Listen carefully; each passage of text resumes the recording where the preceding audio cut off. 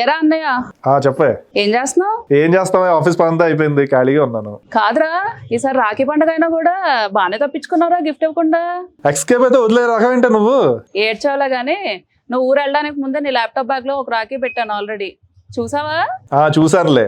ఒరే, నీ రాఖీ నీకు వచ్చింది కాబట్టి ఈసారి ఐఫోన్ ఐప్యాడో కాకుండా వేరేది ఏమైనా తీసుకొచ్చావనుకో, అంటే ఈ చాక్లెట్లు సెంటు బాటిల్ లాంటివి, అదే సెంటు బాటిల్ ఇచ్చి నీ తల మీద వేసి కొడతారా? క్షేమంగా ఉండాలి అన్నయ్యకి రాఖీ కట్టి, మళ్ళీ వైలెన్స్ ఏంట తల్లి నాకు.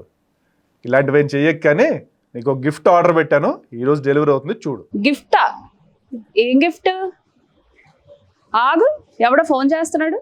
ఒరే, నువ్వు పంపిన గిఫ్ట్ వచ్చింది, ఏంటిది ఇంతకి? ఓపెన్ చేస్తున్నావు. చూడు. ఏదో బుక్లో ఉందేంట్రా? నాకు తెలిసే, అప్పట్లో అమ్మా నాన్న ఇద్దరిని చదివించలేకపోతే నన్ను ఒక్కడనే ఎంబీఏ చేయించారు. నువ్వు మాత్రం తెచ్చిన సంబంధం చూసుకుని పెళ్లి చేసుకుని వెళ్ళిపోయావు. కానీ నీ మైండ్లో ఎప్పుడు బిజినెస్ చేద్దామనే ఆలోచన అయితే ఉందని నాకు తెలుసు. 2-3 సార్లు బావగారు కూడా నాకు కాల్ చేసి చెప్పారు. ఇప్పుడు నువ్వు ఏ బిజినెస్ చేయాలనుకున్నా నేను ఇన్వెస్ట్ చేయగలను, కానీ ఏ బిజినెస్ చేయాలో నీకు ముందు క్లారిటీ రావాలి. అందుకే నీకు ఒక బుక్ పంపించా. ఇందులో 108 స్టార్టప్ ఐడియాస్ ఉన్నాయి. దీంట్లో నీకు ఏది సూట్ అవుతుందో సెలెక్ట్ చేసుకుంటే నేను ఇండియా వచ్చాక ఇద్దరు కలిసి ఆ బిజినెస్ స్టార్ట్ చేద్దాం.